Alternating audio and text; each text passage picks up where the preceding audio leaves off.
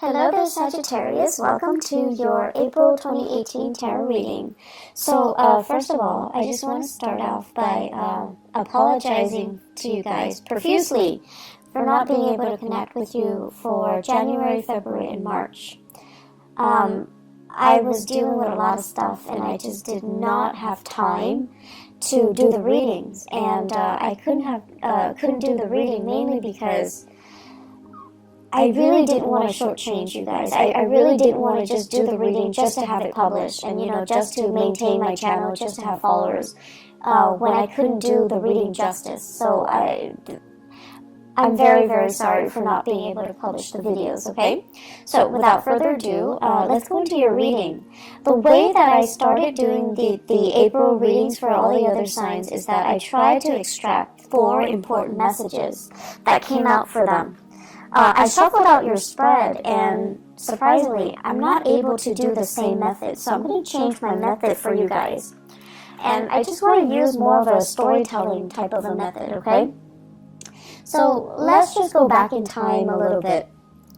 Now, I feel many of you have emerged from a situation that left you feeling very emotionally, empowered, a lot stronger, and you learn a lot about yourself. And I feel like, this is the past 3 years, that Saturn in Sagittarius energy. And what did that do? It made you a lot more independent. You're able to do a lot of things on your own. And it's made you kind of very resilient to the point where you're like, I don't really care what you think about me. I like me, and I'm okay with that. And I feel like your sense of social awkwardness, you don't care how people see you. And you don't care how you relate to your body. I feel like some of you might have been a little bit clumsy, and you became less clumsy. And I know that sounds weird, but I feel like a lot of it has to do with just this inner sense of calmness and confidence. And you're not constantly frazzled and energetically, riled up by other people. You've been through a lot, and I'm not going to lie, I feel like you a lot.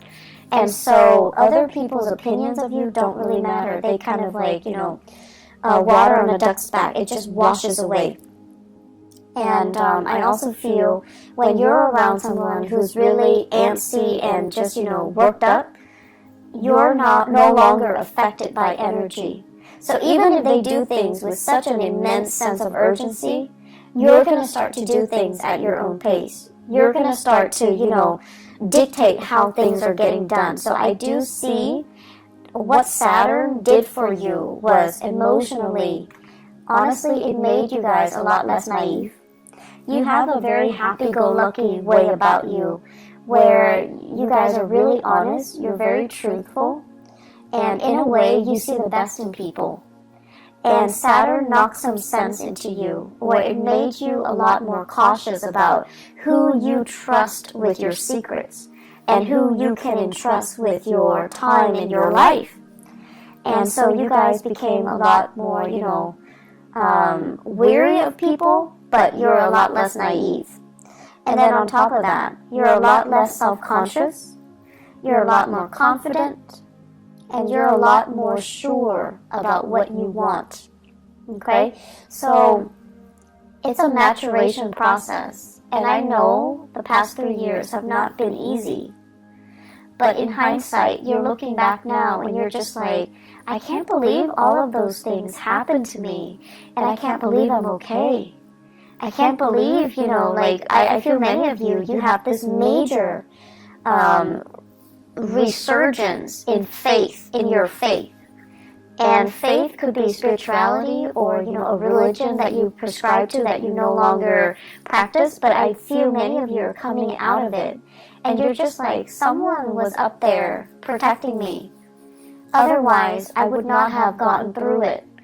And I feel like in your darkest hours, too, you held on, you held it together, you really utilized, your sense of humor, and that helped you get through. But all along, it was this sense of faith, okay? Faith that there is that light at the end of the tunnel. There is something out there that's better for you. And there is that sense of trusting that the universe didn't just put you through the situation without a reason, trusting that the universe is prepping you and strengthening you and fortifying you for something else that is much better. So that was, the past 3 years. And let's talk about this present moment in time. I feel like many of you are in danger of shutting yourself off. I see you kind of going home, closing the blinds so that your neighbors don't look in. I see many of you, spending your weekends. Family it's your haven, it's your refuge. They're people that you really, really trust. And so you feel at ease with them. But I see many of you spending your time alone. Okay? Like doing whatever it is, but I feel like you're alone because you love the peace and quiet. You love the stability and the predictability. And you love being able to let your guard down because you trust yourself, right?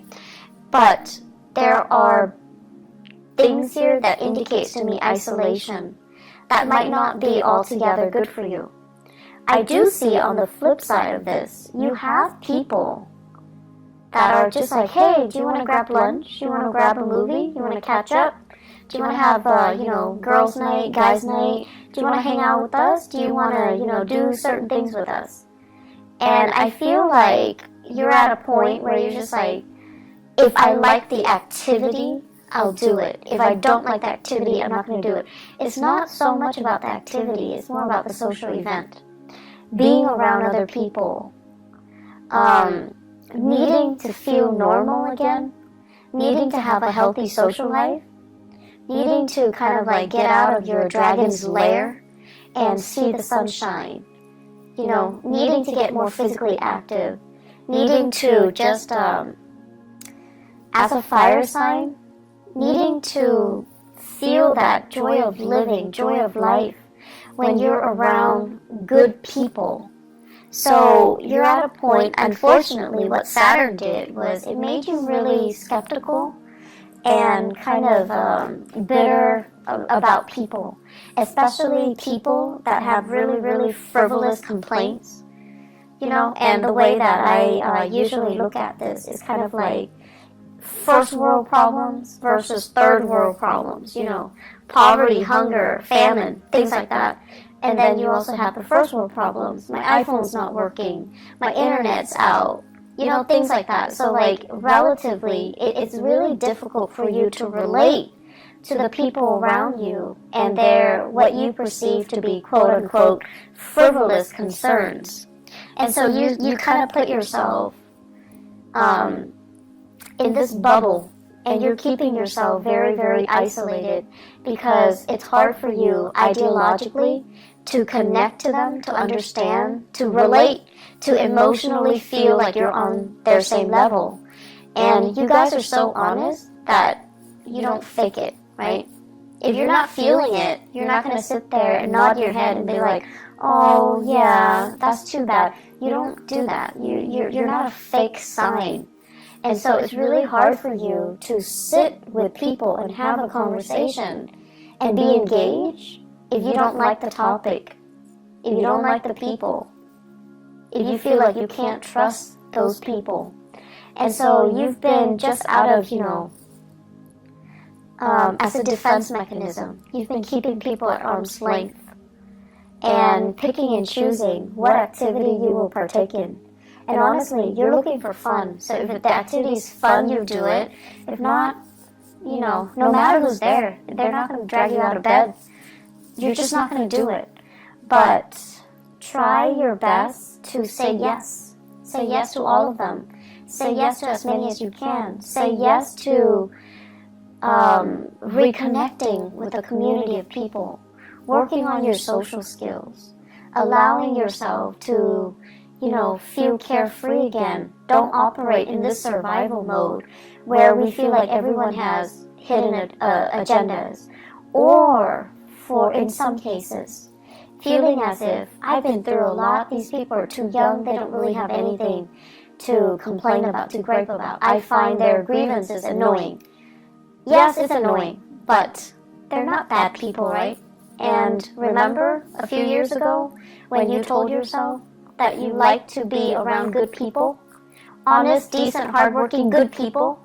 You're getting your chance right now, and I feel like you're saying no to it. Okay, so make these connections, reconnect with people, say yes to these invitations, get yourself out, open your blinds and greet the world, okay? It's not good for you to keep your energy so contained.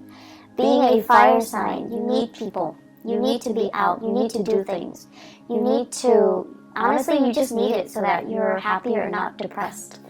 I see some of you, it's not so much depression, it's just like you need to do more things, okay?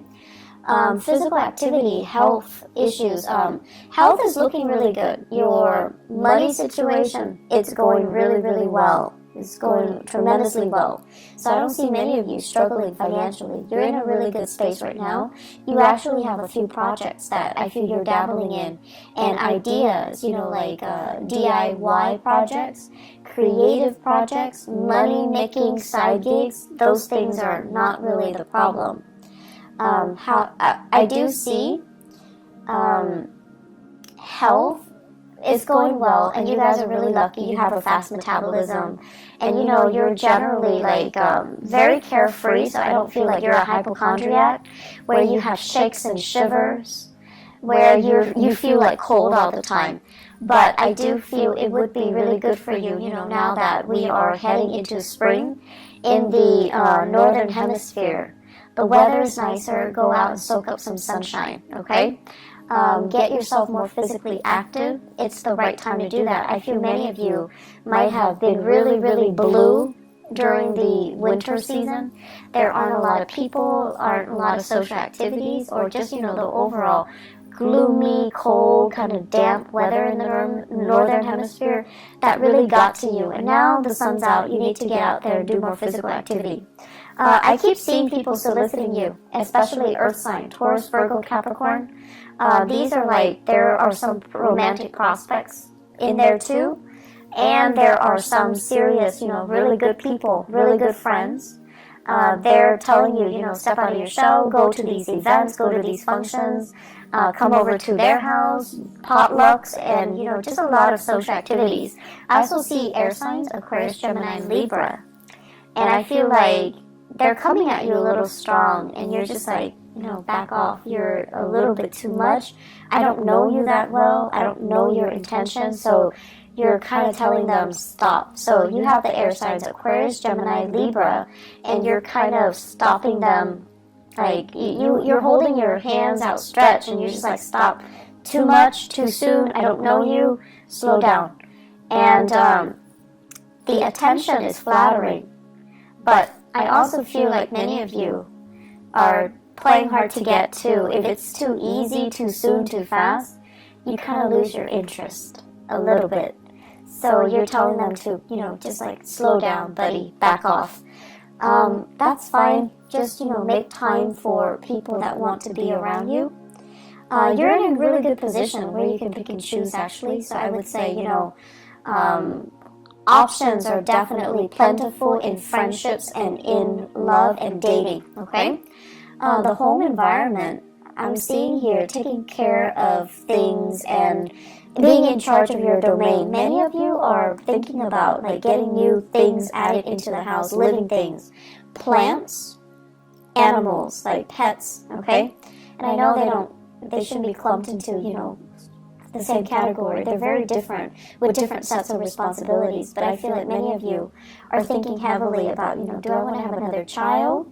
Do I want a pet? Do I want more plants? What do I want to do? And I see beautification projects. Do it yourself. You might have children, they're coloring or painting, and you're plastering their artwork all over the house. You're doing some serious cleaning up and remodeling as well. So I feel like a lot of attention, a lot of activity in the housing front to make things better and you're doing it very happily, and you're really taking control and having a really good rhythm with your space. I feel like a house that is very clean, it's very well kept, it's very disciplined, okay? So I don't see the house being super messy with pests and trash and garbage strewn about. I feel like you're taking really good care of your space, owning your space, and claiming your space. I'm also seeing as well, what we have here is, yes, you are making a lot of money. Like, financially, things are going really well. But I'm also seeing some of you are thinking about your career. And I feel like there are opportunities out there. You're comparing yourself with other people with the same, years of work experience as you in the same industry. And they're moving on to making more bucks, like bigger money, like bigger, higher position, higher paying position. And they're also saying like a bigger pot, okay? So they're getting promoted, or they're shifting into a different agency, a different sector where there is more, there's more financial security. So what I'm seeing for some of you, for example, if you are a healthcare practitioner, like a nurse, a doctor, a healthcare provider, this is what I'm seeing. I see like a lot of people who are doing patient care. And then, your coworkers are telling you, well, why don't you do administrative stuff instead? The money is better, the hours are better, there's less strain, less long shifts, and it's a lot more consistent, it's a lot more stable, and you can get jobs anywhere. And so rather than being a nurse, when you're working with intake and patient care, you're shifting to become an administrator in a hospital, in a medical facility as well. So the job is, different, but I feel like the degree is transferable, or your skills are transferable into more of an administrative role. And the administrative role has more money, more opportunities for growth, better hours. And I feel like some of you are really, really thinking about long-term career. So you're shifting. And you're also, I'm sensing, this is not just for those in the healthcare profession. I see going from something that you're just like, I like it, but it's a little bit too emotionally up and down, unpredictable from one day to the next. Like the job itself, it's great, and you loved it at one point. But right now, you're just like, I don't know what else I want, but I think I want more. I think I want a job that is stable from one day to the next. And then I also feel like what that Saturn transit did for you guys is, you wanted a job that was very dynamic in the past. You wanted, a job that's not predictable.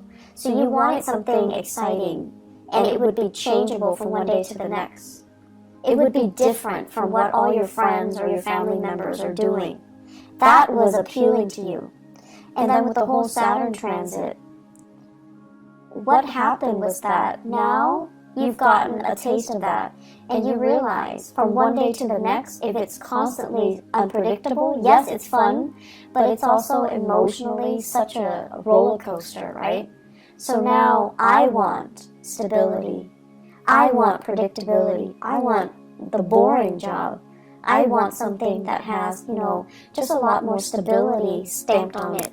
And that's why you're shifting into more administrative things rather than dealing with people, dealing with patients, dealing with cases, where it's fun, but it's just a little bit too much of an emotional roller coaster. And at this point in your life, you're just like, I'm getting older. I think I'm okay with that roller coaster. And I also feel for many of you, after getting out of a significant relationship too, you're just like, I'm okay, I want stability. I don't want it to be too exciting, and I don't want that emotional roller coaster. I feel like many of you have been or were in a relationship here. I feel we have here a water sign, Pisces, Cancer, Scorpio. I have a Virgo, and I also have an Aquarius. So Pisces, Cancer, Scorpio, Virgo, Aquarius, those might have been the past relationship partners that you've had, and things were too turbulent, and you're not really missing that, okay? The career situation, there will be many jobs on the offer for you. So if you are thinking heavily about a shift in your career, I do see May coming in, like it's coming in front and center. So it's right around the corner for you guys. I also feel as well, really good jobs coming through, like jobs that will offer you that stability, okay? So if you're trying to establish that work history, I see things coming in the month of May and then June. And then I also feel like, don't look at it as I'm going to be doing it for the rest of my life. I feel like you might do it for a few years, possibly 3 years. And then, you have that management supervisory experience under your belt. And then you can move on and find something else too. So it's not going to be that final destination. You're still trying to find things out, okay? So maybe after those 3 years, then you're going to be like, that's a little bit exciting. It's a little bit stable, but it was kind of boring. Now I'm ready to go back to, that unpredictable job, that emotional roller coaster of a job. So I see a lot of, back and forth here, and there is nothing wrong with that. So don't tell yourself that that's abnormal to want these things and then to kind of go back on your words, okay? There's nothing wrong with what you're doing. If you want to take several years and to have like a change of pace in your work environment, that's fine. You're not doing anything irresponsible or reckless. And if you need that, that's totally fine. The only danger is, other people are in a specific situation and they hate their job, but they're so fearful about leaving. You're being proactive and you're leaving before it gets stale, and you're leaving because you need something else. You need a change of scenery, whatever that might be, okay? So May, June, great career moves, okay? Great career months. The month of July, I also feel like you're getting some feedback as well, but I feel like they're saying they came belatedly, so I feel like you're going to be accepting something in May and June, and then the July time frame is when some of you might be undergoing some type of a training program or a job offer comes in and it's kind of like below expectation. So that's in the month of July. In terms of, let me see, I keep seeing a lot of relationships here. I keep seeing like a sharing of assets, financial divvying up, or like a split when it comes to assets. I'm also sensing as well, somebody is looking into your financial transactions. So it could be like an accountant, if you are hiring an accountant, and they're looking and they're just like, okay, where did you spend your money? What was it's also tax season, so I think that might be, the cause of it. Somebody's looking into it. And they're looking at your medical bills in particular, and they're trying to, figure out like what's wrong with the medical bills. Are there things that are past due? Why is there a past due amount? And so I see a lot of paperwork, a lot of back and forth, a lot of phone tag between you and possibly a medical healthcare like provider that created the invoices or generated the invoices, and you're going to have to go back and forth with them, digging through multiple invoices in order to resolve things. But I also see a specialist, like a possibly a tax preparer, looking to your medical bills, looking to your financial expenditures as well. It is Mercury retrograde. If you are filing any type of, financial packet, if you're filing anything, you need to look through it with a fine-tooth comb. Okay, you need to go through it. Mercury retrograde is when we are really prone to being careless and not making mistakes. And making mistakes. And I can't talk either, so my apologies. We're very, very careless. And the people that do things for us, they're also very careless. So it's pertinent to look over documents very, very, very carefully before you submit. Now, I know Sagittarius, you guys are really impatient. If it takes you like 9 hours to get something done, once it's done, you send it out and you never want to look at it again. You're done. You don't want to look at it. It will literally kill you to have to look at it and proofread it and revise it. You need to revise it. Ask somebody if you're not able to do it. But you need to revise it. I can't stress enough. You have to do it. You just have to suck it up and do it, okay? I know it's not fun, but it's important because you don't want this to come back and bite you 3 months down the line, okay? One last thing here. You know, you guys are like, at this point, I just feel like you've been through some things and you're skeptical of people. And you are also at a point where emotionally, you're just a little bit jaded. You're just a little bit jaded. So that means you don't want to appear sensitive and needy and too emotionally available. You might have been taken advantage of in the past, and now you're approaching, you know, relationships and social interaction with a jaded pair of eyes, okay? So you're just like, this person is too whiny. The other person is too picky. The other person is too pretentious. It's like you have this laser-like focus and you're able to read people really well. I don't know if that's a good thing or a bad thing for you, Sagittarius, because I feel like, yes, you have always been very perceptive, but I also feel, you know, the thing about you is you love to be around people. You're understanding, and you know everyone can't be perfect, but you still accept them. But whatever you've been through in the past 3 years, it's made you feel really jaded. It's made you feel like, you know, almost like you don't want to be around people.